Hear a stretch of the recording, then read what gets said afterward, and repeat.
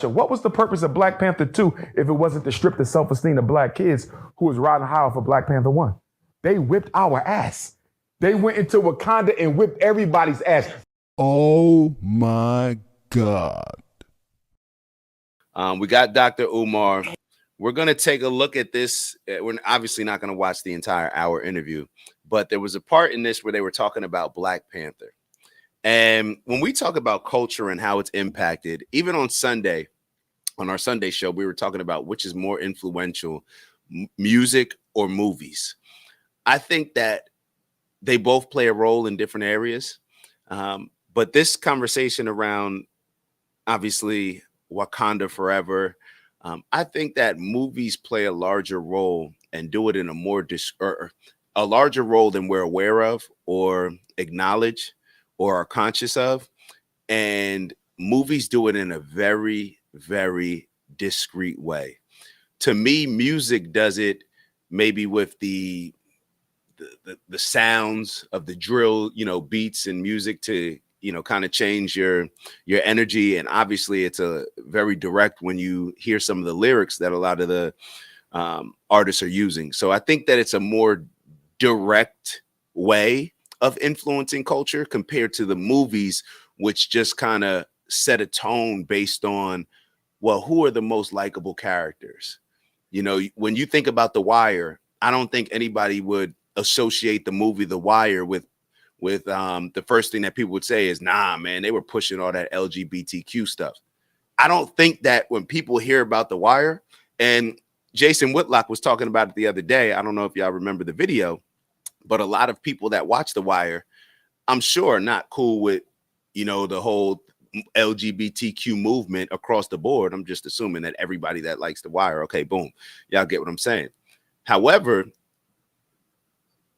you can do it in a discreet way where the most honorable characters, the characters that you root for the most, who's the superhero in The Wire? It's Omar. Who's the most righteous cop? It's the gay lady. So it's nothing that I even paid attention to until I heard Jason Whitlock talking about it. But that's, to me, how movies move.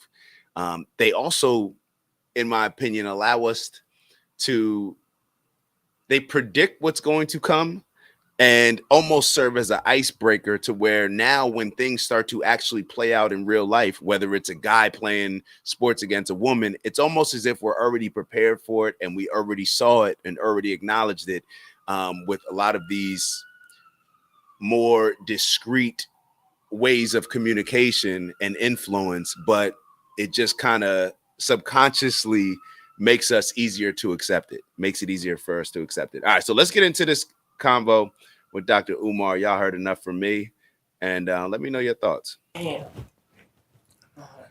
How many, in entertainment period, how much of it do you think is made to program the way All of people, it. all of it? The purpose of entertainment is to control minds. The whole purpose of propaganda, which is informational warfare, is to do what? Destroy the consciousness so you never have to go to war with the people. If I can control what you think, I never have to fight you. If I can convince you that standing up to me is the worst thing you could ever do in your life, if I can convince you that I am invincible, you'll never want to fight me.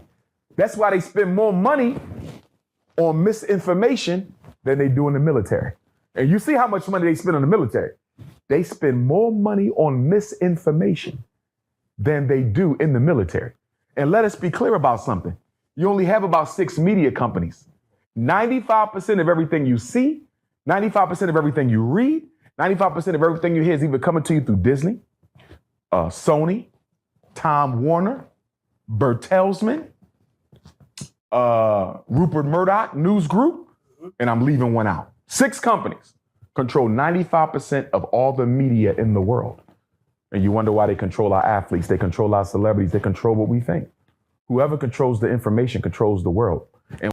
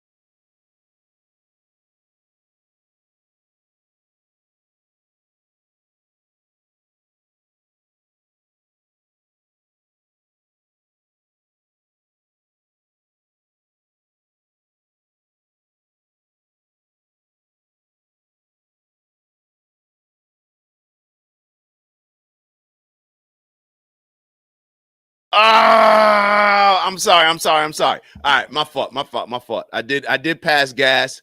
Ant called me out on it. I passed gas. That's why I had it muted. My fault. So let me repeat what I was saying. When you hear Dr. Umar talking about these things, what do you think? Now, I see a lot of people saying that they man, Queez called me. My fault. I got it on do not disturb. My bad. I'm just gonna start passing gas and y'all just gonna hear it. It is what it is. But yeah. So when I hear Dr. Umar talk about these things, what comes to mind? What comes to mind? That everything that we consume throughout the day is programming. Everything that we consume throughout the day. Just think about it from this standpoint. When you think about something, and definitely when we know our phones are listening to us, we know our phones are listening to us to the point where you can say something that you want to buy, be talking about a vacation, and all of a sudden you're on Instagram, YouTube, it doesn't matter what app you're on, you're starting to see ads. It's to the point now where I think about something. I promise y'all, I will think about something and not even say anything about it and look at my phone later in the day and be like, damn, how did this even get on my phone? Like, I didn't even say this out loud. Now, maybe I did and just wasn't conscious of it. But that is how much we understand that they want to know everything about us. Why? Why do they want to get as much information as possible? Why is it? I know we hear it. I know we may not pay attention to it when we talk about companies that are selling our information, selling our data. When we have to press over, when we're on our phones, setting up our phones, and when we're installing a new app, hey, do you want this app to track this? And then it says a whole bunch of other stuff in small print that we don't even look at, but we got to accept it in our mind, whether it's cookies or anything else. We accept it because we just want to open the app. We're not really paying attention to it. Our information is so important because that's how they know how to sell us on different things. Now, they may be selling us on products, or they may be selling us on trying to convince our minds to think a particular way. That's selling as well. That's the brainwashing that Dr. Umar is talking about. That's the programming that he's talking about. What type of mindset do I need this group of people to have? What type of mindset do I need that group of people to have in order to accomplish the things that I want to accomplish? What type of mindset do I need to create in this group in order to now push this LGBTQ agenda? What type of mindset do I need to create in order to push this Black Lives Matter mindset? What type of mindset do I need to create in order for people to be on this side of the Palestine-Israel argument, or this side of the Palestine-Israel, or this side of Russia-Ukraine? Everything is based on programming. Everything is based on programming. And when you have, whether it's Sunny Hostin on The View, and when you have a Joy Reid that is going to jump out there on MSNBC and, as I said, be your most ferocious soldier in pushing a particular narrative and agenda, it's all the same. The movies just do it in a very subtle way, in my opinion. They do it in a very subtle way that's much easier for us to digest. Now, let me know if y'all heard everything that I was saying with The Wire. Did you hear me bring up the situation with The Wire? I'm not sure how long I was on mute, but let me know if you heard me talking about The Wire. If not, I'll kind of go into that a little bit. But the main treatment said he's 10,000% correct. That's what's going on now. I agree. Ant said everything he said is true. It's all tactics, literally and figuratively consumed. Even the food is programmed to change your body chemistry to make you docile. That is a fact, bro. I wasn't even looking at it like that. Think about it. It's to make us docile, lazy, like everything, to remove our testosterone. Do you think that a country that would want... We talk about food deserts, and Ant, you kind of got me on this point. So now I'm going to go off on a little bit of a tangent just for about 30 seconds, and I'll bring it right back. Think about the food deserts and the food that is available in different communities. Is it just coincidence? Is it just, hey, well, that community's poor, so we're going to give them certain foods that are not going to enhance their health, are not going to enhance the testosterone in their men, are not going to make their women the healthiest. Across the board, you look at all these things, it's like they're attacking it from different angles. Across the board. Just Joy wrote, I was just talking about that with my mom. She notices now more and more people, and that's why we got to talk about it, because when you talk about these things, at least in my experience, people may not accept it right off the bat. People may not agree with you right off the bat. It may take a few conversations, debates, whatever it may be. However, eventually, unless they're just trying their hardest, and that's what we're seeing right now a lot, where eventually you have to accept what's right in front of you, right? Because you're paying attention to it now. Now, people may still defend it. And that's when, in my opinion, you get people defending stuff like why boys should be playing sports against girls, because the arguments get so silly, in my opinion, that now you have to just defend it just to defend it, rather than just, acknowledging like, this is a little bit out of hand. But that's not the game that the super powerful people are putting their pawns in place to play for us. Whether it's Big Pharma and them being the biggest donator or financial contributor to the news outlets or to the colleges with the med schools. In these different areas, we're seeing how everything control of how we think is so important. Yep, been going on. He's on point. Nah. I can't hear you. And it's not on my phone. Okay. All right. So main treatment, I think you may be a couple minutes behind. I don't know, unless y'all still can't hear me, but just press the live button. Everybody listening, once you hear this right here, just press the live button. You can always go back, but we need y'all live. We need y'all live. So the thing that I was saying about The Wire real quickly, since I didn't make that point, is I think The Wire is a great example.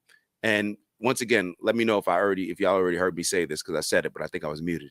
Think about The Wire, where I don't think that a lot of people who watch The Wire, or a lot of people believe that The Wire is the best show ever created on TV. It's their favorite show. I don't think that people that are fans of The Wire understand or would highlight it like, they were really celebrating the LGBTQ community and that was dope. They were really pushing pride. They were really pushing all of these things in the LGBTQ community, but they do it very subtly. Who's the superhero in The Wire? Umar. Who's the most righteous person in The Wire? The gay lady. I forget her name. Real cool, biracial looking kind of gay lady. All of these things are super subtle. So they hide it. No different than they hit a lot of these agendas when Barack Obama's in office, right? And I think Dr. Umar is going to talk about this. Or matter of fact, he talked about it in the video last time when he was saying that Obama was the president that was pushing LGBTQ, and it was by design, because they wanted to have a black president pushing these things, because they knew that the black community would not accept it or be so accepting of the LGBTQ movement if it wasn't being presented and okayed by Barack Obama, somebody that we all thought was perfect at that time.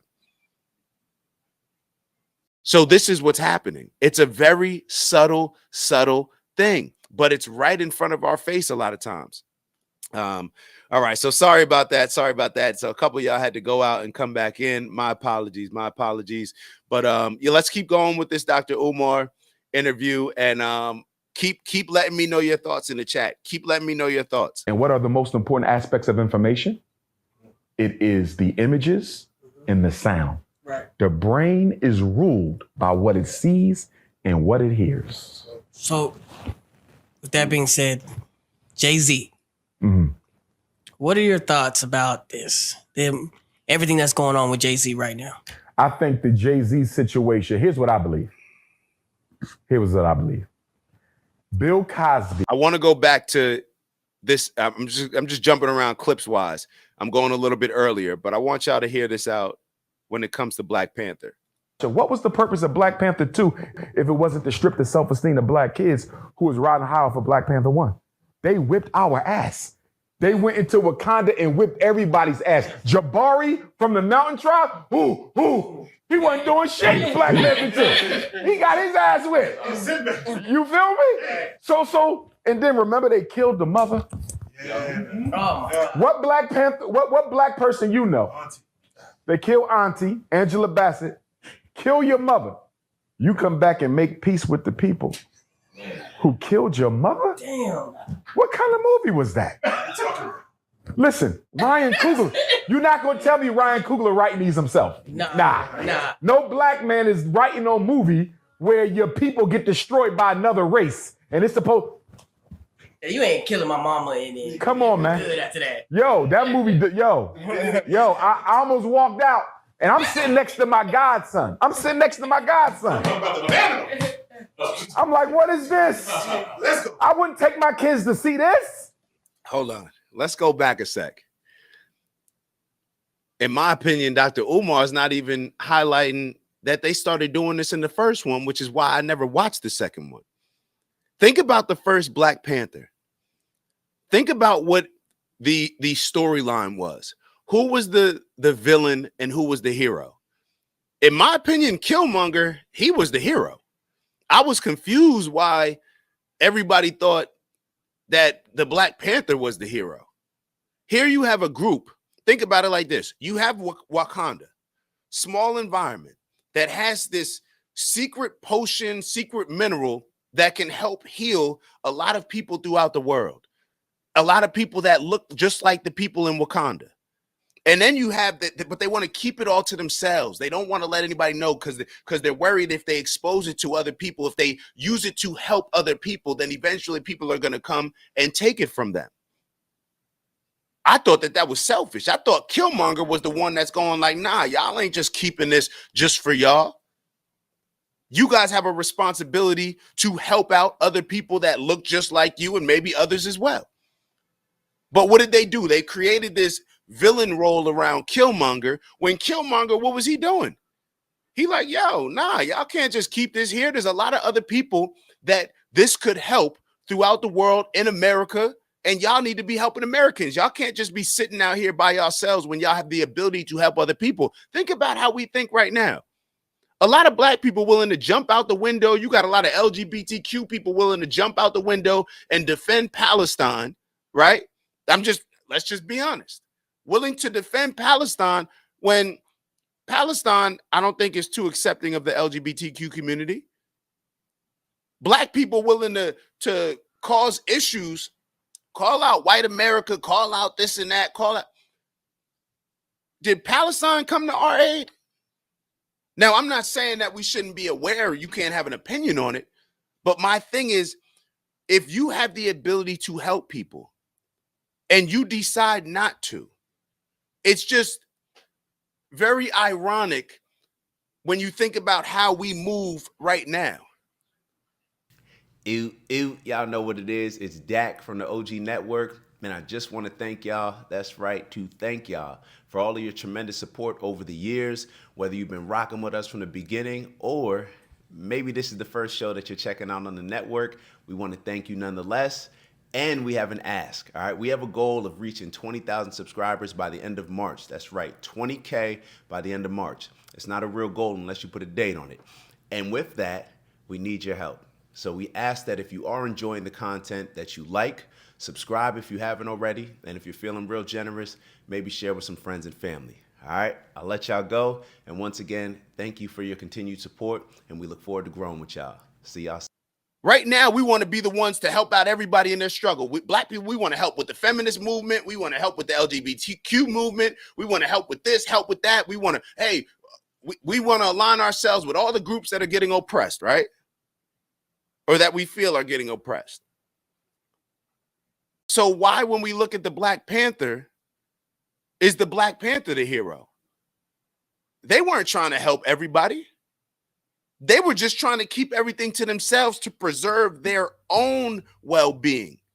They didn't say, oh, look at those other black people around the world that look just like us, but they're suffering because they have limited education, limited knowledge, limited resources, whatever. They didn't say any of that and come to people's aid. They said, nah, let them niggas stay over there. Let them niggas stay over there. We got to make sure we protect what's over here. So I was just confused watching the first one. Let me catch up with y'all and let me see what y'all thinking. Ant wrote, one day I want to go back and see what the first show to blatantly put LGBTQ agenda on. That's a good one. Ant wrote, Black Panthers was about Killmonger versus Fearmonger. Woo! Woo! The main treatment wrote, you was farting, it wasn't me. I was, man. Y'all gonna get on me. All right, let's keep going. Let's keep going. This is an insult. And now they're working on part 3. All right, so when I first watched, so before I got, I think 10 minutes in, when on the Wakanda Forever, I was watching a little bit last night because I was like, you know what? Let me just watch this. I'm gonna talk about it. Let me just watch it. I thought I would get through a lot more of it than I did. But as soon as it opens, I'm like, oh, this is another woman king. I'm like, well, why are the women lifting up the casket? Like, I was just different things. I'm just telling y'all what was coming to my mind. Maybe I'm misogynist, maybe I'm sexist, I don't know, but I'm expressing it to y'all. I don't want to be those things, so y'all call me out on it and I'll make the adjustments. But as I'm looking at it, I'm just like, well, why are the women carrying the casket? Then I see the women are the fighters, and I'm just like, yo, cool storyline, but am I a fool to not connect this with exactly what's going on in Black culture, with women being empowered, with the Black man becoming less and less relevant, with, oh, we lost our protector. Think about it. We lost our protector, the Black Panther. Now the women got to step up. What do we say now when it comes to Black women? The Black women are the least protected, right? And now they have to be more aggressive. Now they have to demonstrate more masculine qualities. Now they have to be the protector, the provider, all these different things. Now I'm telling you, I only got through like really paying attention, like 15, 20, 30, maybe 20 minutes of the movie. But these are just the things that I'm pointing out. And I'm like, yo, all of this is symbolism. All of this is they're trying to brainwash us. Now, you may be cool with it. You may be cool with, hey, I'm glad that they were pushing the woman superhero. Now my daughter can grow up and know she can. Cool. But even by doing so, you're acknowledging exactly how influence occurs. You're acknowledging it. So, I don't know. With Denzel. And I love Denzel, but he ain't got no control over what the script gonna be. You feel me? So I hope Ryan Coogler do a 360 or something, because right now, I couldn't show that to my children.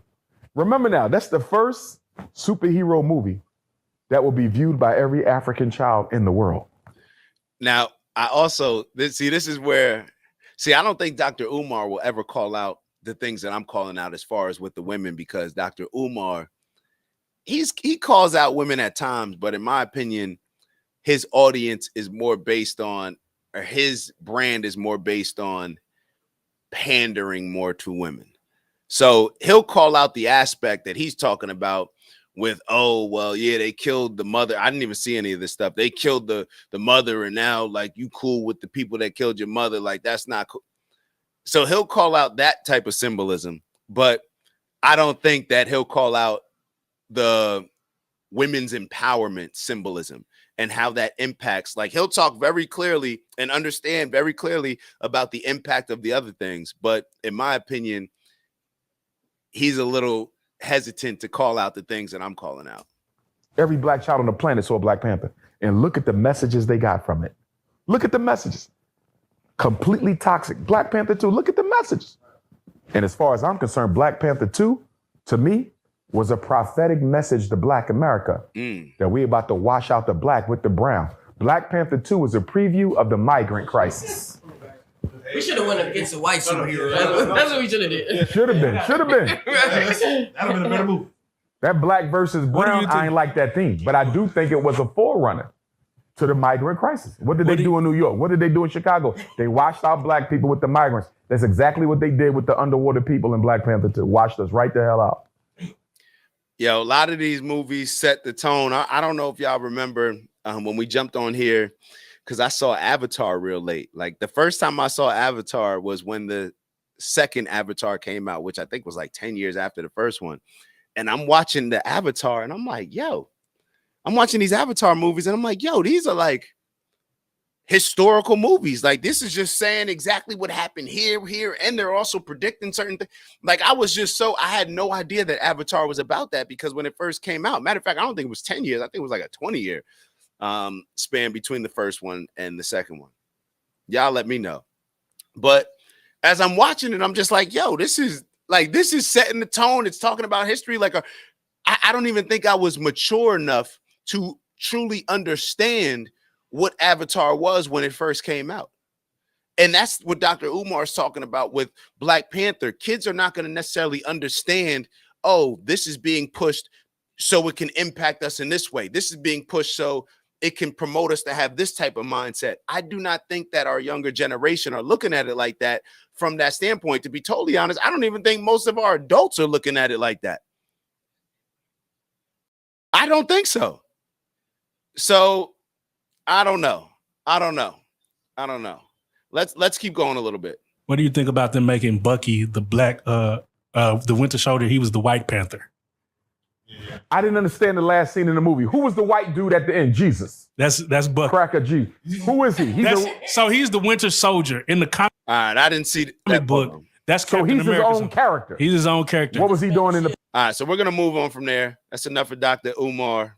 We're gonna move on to this Trump situation in Gaza. Too biased, OG. Too biased. Who's that? Let us know. Appreciate you tapping in. All right, so It's Dak. Just want to thank you for checking out our video and visiting the OG Network. If you enjoyed the video, please make sure that you give us a like. And if you're looking to join a community of inspired individuals striving for purposeful abundance, subscribe. And if you're feeling real generous, share the video with some friends and family. All right, I'll see y'all soon. Ew.